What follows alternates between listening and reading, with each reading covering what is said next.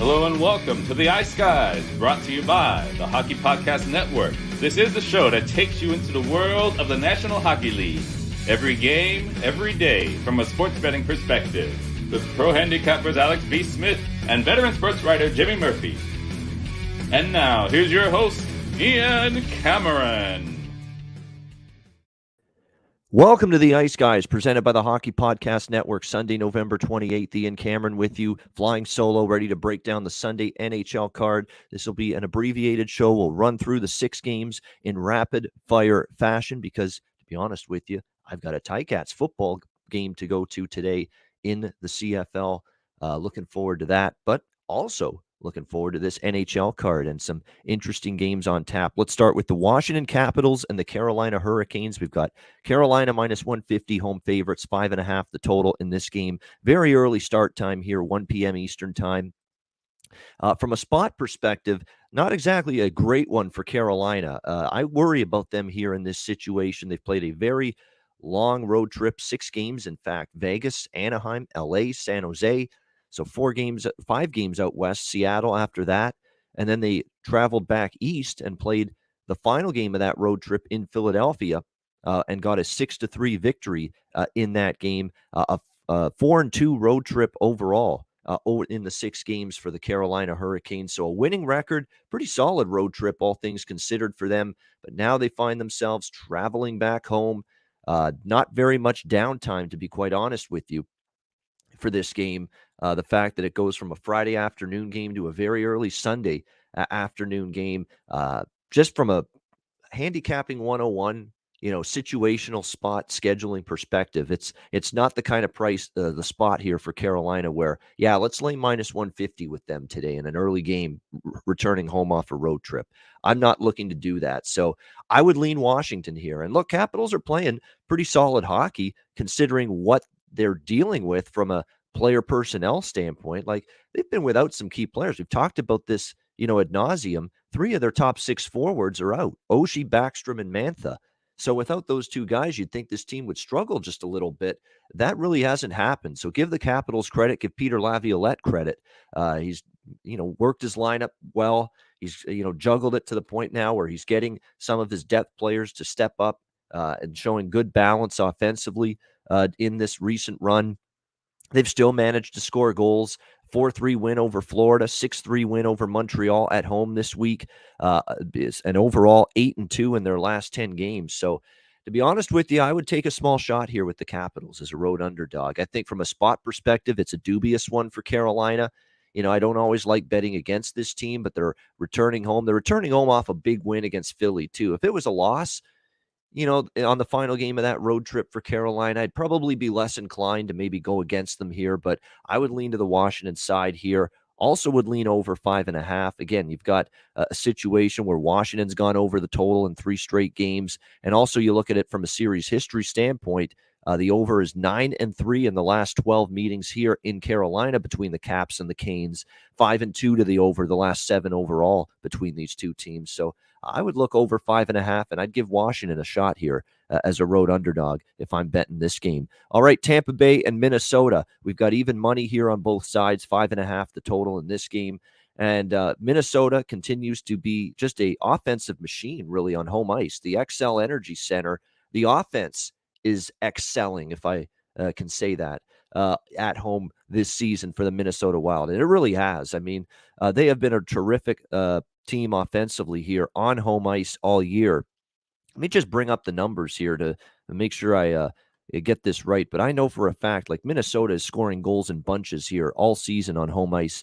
4.63 goals per game for the Minnesota Wild at home this season. So that goes to show you right there just the ability this team has had to be able to score goals and find the back of the net. So very impressive from Minnesota, what they've been able to do. They absolutely pummeled Winnipeg in their last home game by a score of 7-1, returning home from a 3-game road trip that only saw them win 1 game. But boy, did they get back on track, and with a decisive performance in a 7-1 victory over the Winnipeg Jets in the return home. We've talked about the over trend. Really, they've been trending over just in general. But on home ice this year, the Minnesota Wild, 7-1 to the over on home ice, and you've got a total of 5.5 here. It's over or pass for me in this game, and I am on the over here between the Lightning and the Wild. Now, the one concern is Lightning defensively have been terrific their last couple games at home. Now, Philadelphia and Seattle, let's be honest, they're not the offensive teams that Minnesota is, especially when Minnesota plays at home. So, yes, very good defensive efforts. Obviously, Andrei Vasilevsky, a big part of that. He was terrific in both games. But let's not get too carried away with Tampa Bay being strong defensively in those two games. The Flyers have been struggling to really put pucks in the net for most of the season, and Seattle, at times lately has tailed off offensively as well. So good wins, 7-0. They shut out Seattle and Philly, combined score in those two games, but going to be trickier now defensively for them going on the road to face this high-scoring Wild team that, again, they've just been lighting it up on home ice in terms of putting the puck in the net. I would look to Minnesota here as well. -110, -115. The Lightning are just 2-12 in the last 14 here in Minnesota. That's not a good track record. In fact, they've struggled with Minnesota overall, 1-5 in the last 6 meetings. So I do have a small play on Minnesota as well in this one. And you do have Minnesota in a little bit of revenge too for a 5-4 shootout loss to the Tampa Bay Lightning just last week in Tampa. So a little bit of a short turnaround, rapid revenge situation, if you will, here for Minnesota. So I would look Minnesota -110 and over 5.5 here in this game. San Jose, Chicago. We've got Chicago -125. Home favorites, 5.5 the total in this one. 4-game home winning streak for the Chicago Blackhawks, who overall 6-2 since Derek King took over as the head coach. And we have talked about this on this show that, they've just had a better team game at both ends of the ice. The defensive game's been a lot better. And in turn, it's made their goaltending look a lot better as well in these recent games. So give Chicago credit. Like I said, they've won 4 straight home games since the coaching change, beating Nashville, Pittsburgh, Arizona, St. Louis. They beat the Blues in overtime on Friday in that massive Friday NHL slate. They'll look to keep it going here and look for their 5th straight home win here against San Jose. Again, 6-2 since the coaching change. San Jose starting a road trip here in the Midwest/Eastern time zone. And it starts tonight. They're going to go to the Islanders and the Devils, the Devils, then the Islanders in that order. And it'll start here in Chicago. San Jose off a 4-1 loss to Toronto on Friday night. A lot of the Sharks talking about just too many turnovers. We were just too loose defensively. We got to clean that up. And obviously, you play a team like the Leafs and you struggle in your own end. You're often going to pay the price when you're playing the kind of talent and forwards and skill level that the Toronto Maple Leafs possess. And that's precisely what happened to San Jose on Friday night. Just too many mistakes with the puck. And a lot of times those mistakes ended up in the back of their nets. So they're looking to clean that up. James Reimer got pulled in that game, but really it was the play from his team in front of him. I don't think you could fault James Reimer too much. James Reimer is going to be back in net tonight for the Sharks in this game. You would expect it to be Marc-Andre Fleury for Chicago, although they gave Lankinen the surprise start on Friday against St. Louis, but you'd expect Marc-Andre Fleury probably to be back in net tonight for the Blackhawks here in this game. I would look towards Chicago here, to be honest with you. Ride the home winning streak. I've been looking for reasons to bet this team. I didn't take them Friday, and I'm kind of mad I didn't. But I know I didn't want to lay the price on the road with St. Louis, but I was kind of worried Chicago coming back from a road trip, if that spot kind of, was bothering me a little bit. I will say this about the road trip spots coming home off a road trip. They haven't been as successful or profitable as they've been in the past so far this season. Like, look at Calgary, and what they've been able to do off road trips this year. They've still found ways to win games. We saw what happened with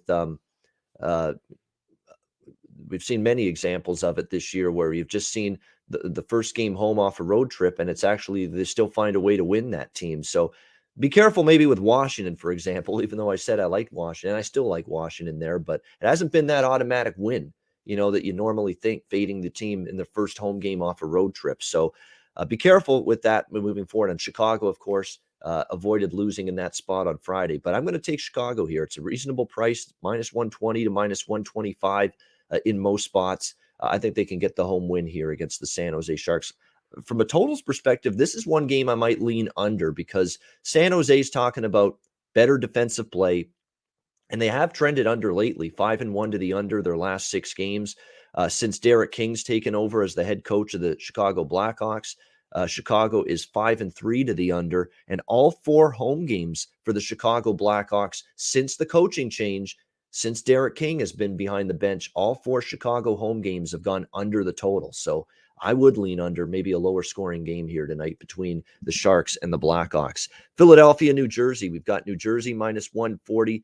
Home favorites in this game, 5.5 the total. Big move on this line. New Jersey opened near even money, now minus 140. Probably a reaction to Martin Jones being confirmed in net. Although before we just auto fade Martin Jones, we have to acknowledge the fact he's played better this year for the Philadelphia Flyers. 2.67 goals against average, 927 save percentage. But he has had a couple really good starts last year. But the problem is usually when he's coming off a great start, that's the time you go against him because he's usually not the kind of goalie to have consistency. That's been a problem for him for the last several years. When he has a great start, he usually doesn't have another one in the next outing in the net. And I think you worry about that here for Jones because Jones was in net Wednesday against Florida, and he was just absolutely terrific. 43 saves on 45 Panthers shots in that game. Unfortunately lost in overtime because the Flyers didn't score against Florida. They lost that game. But Jones played well enough to give the Panthers the victory there. We'll see if he can play well again. This is his first start since that outstanding performance against Florida. And like I said, I've seen this movie and this script before countless times with Martin Jones. A great start one time, and then the very next outing and the next start in net, he's not the same guy. So I would be a little bit concerned about that here for Philly. New Jersey off a loss to Nashville 4-2, back-to-back losses for them. They lost to Minnesota before that. We'll see how they fare here in this game. Really, they've had a tough time winning on the road, but at home here in New Jersey, they've not been bad. 5-5 overall. The Flyers come into this game 4-5, a losing road record coming into this matchup here. This definitely screams over to me in this one. Philadelphia obviously had a problem defensively against Carolina on Friday. They lost that game 6-3, but there is some positives for the Flyers out of that loss.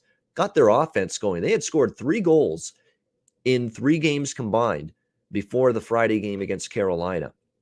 They lost in overtime and scored just 1 goal against Florida. They got shut out by Tampa Bay, and they scored just 2 goals against Boston.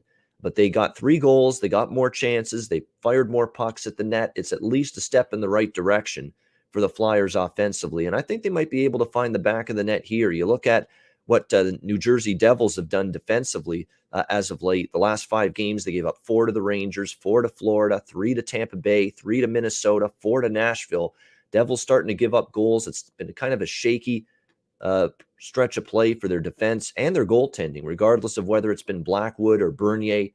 They've been up and down in between the pipes for this Devils team. So total of 5.5. I like this game over the total. It doesn't hurt either that the series history has really been heavy to the over. 4-1-1 to the over in the last 6 head-to-head meetings between the Flyers and Devils, and 5-1 to the over in the last 6 between them here in Jersey. So we'll go with that over 5.5, minus 125. I think if you got Jersey early, minus 110, minus 120, I like that side. I still lean Devils, but minus 140 getting a little bit pricey in my mind. But I would still lean a little bit to the Devils in this game. All right, Vancouver and Boston. We've got Boston minus 240, home favorites, 5.5 the total in this game. We've got Linus Ullmark confirmed as goalie for the Bruins in this game. For Vancouver, it'll be Thatcher Demko. The way Travis Green and the Canucks were talking after the game against Columbus, you'd think we should be giving them a participation medal for every game they play. I mean, all waxing poetic about how great they played and how much progress they made. Yeah, but you lost the game still, guys. You still lost. You 4-2 to Columbus the other night. Yeah, you outplayed them. You outchanced them. I think you deserved a better fate. But, man, they're talking like they played the best game since sliced bread. I mean, calm down. Geez, settle down, Beavis. Settle down, Beavis. That's what I want to say to Travis Green, after a comment like that. It's just at the end of the day, you want a W, don't you? To show for your effort. Like, obviously they played well enough to win, but they made it sound like they won a playoff series with that performance the other night against Columbus. It was another loss, unfortunately. I did see progress in their performance. I was better. Their defensive game, like you only give up 20 shots in 3 periods, you're supposed to win that game. But unfortunately, it wasn't meant to be for the Vancouver Canucks. And now we'll see how they fare here on the road against Boston. It's a big number to be laying with a Boston team that's just very, very up and down. Although I will say this about Boston. Beating the bad teams is never a problem for them. Beating teams that are struggling is never an issue for them. Look at the recent wins, beating New Jersey, beating Montreal, beating Philadelphia, Buffalo. They have no problem beating the teams that are weaker. It's the teams that are good that they've had trouble with. Look at the losses. The last 4 losses, Toronto, Edmonton, Calgary, New York Rangers. What is the common thread with those 4 teams? They're all really good hockey teams right now. So this should be a game that Boston wins because now you got a weaker team. They beat up the inferior teams. They lose to the better teams. That's been the Boston Bruins' MO so far this season. What's also been their MO this season is trending over the total. And it continues to be that way for the Boston Bruins. 8-2 for the Bruins to the over in their last 10 games. For the overall season to this point, the Bruins are 10-7 to the over so far this year. The Vancouver Canucks, they've gone under more than over, but it's worth noting 8-1 to the under this year for Vancouver. But on the road, they've actually been profitable to the over. 6-4 for the Vancouver Canucks to the over on the road. And the over is the way I would go here in this game. 5.5. Again, we've been riding these Boston Bruins games over the total. We took the over against the Rangers with Boston. We took the over with their game against Buffalo. We stayed off it with Calgary because we knew Calgary was playing pretty good defensively on that road trip. We took the over for Boston against Philly, Boston against Montreal. I mean, you go on down the list. We've been on a bunch of these recent Bruins games over the total. And we're going to go back to the well with it here. Over 5.5 tonight, Vancouver and Boston. Over is 7-2 in the last 9 meetings between the Canucks and the Bruins, and 4-1 to the over in the last 5 here at TD Garden. So I would look over the total in this game. Quiet day for Brad Marchand, other than throwing his glove at Panarin in the Friday Thanksgiving afternoon game against the New York Rangers. So this could be a game maybe you look Brad Marchand to score a goal, especially Bruins off a loss to the Rangers that day. I think maybe you look at him maybe to bounce back and find the back of the net here tonight against the Canucks. So, we'll go over the total in this game and ride these Boston overs one more time. All right, the final game on this Sunday card, Toronto and Anaheim. We've got Toronto minus 180, road favorites 5.5, the total in this one. Of all the games on this card, this one is probably the one I'm most likely to pass. I don't have a strong opinion on it. I don't want to go against Toronto right now. They're red hot on this road trip, beating LA, beating San Jose. Great games by the Leafs, really at both ends of the ice. They've played solid defensively, and their goaltending's been good for a while now. But now you're starting to see the power play score. They're 5-on-5, even strength offense has come to life. And now they're starting to put the puck in the net. And man, if they can mesh the two ends of the ice, the scoring, the power play, the 5-on-5 game, and keep playing solid team defense and get good goaltending like they have most of the year, man, it's going to be a dangerous team, the Leafs, moving forward. The one concern with Toronto in this spot is the end of this West Coast swing for them. You wonder now if they're just looking forward to moving on after this. I believe, do they return home after this game? Yes, they do, and they play home to Colorado. So, and a few days off as well after this. So, focus, is it there for the Leafs to close out this West Coast swing on a 3-0 sweep? That's the question. And plus, you're laying a big number here now, minus 180 to minus 185 here with the Leafs. I'm not sure I want to lay that kind of price, especially with Anaheim playing really good on home ice this year. Anaheim's 8-4 at home. That's 8-4 in 12 home games for the Anaheim Ducks. And they're off a shutout against a reeling Ottawa team. So obviously there's going to be a step up in class here for Anaheim taking on this red-hot Leaf team.